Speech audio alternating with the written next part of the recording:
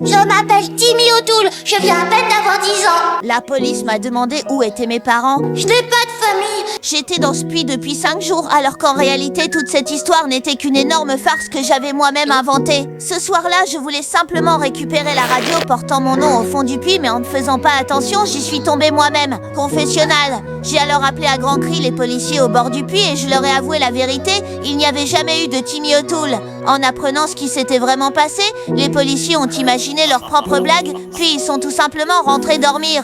Le lendemain matin, les journalistes ont rapporté la vérité et quand mon père l'a su, il m'a apporté une poupée pour me tenir compagnie.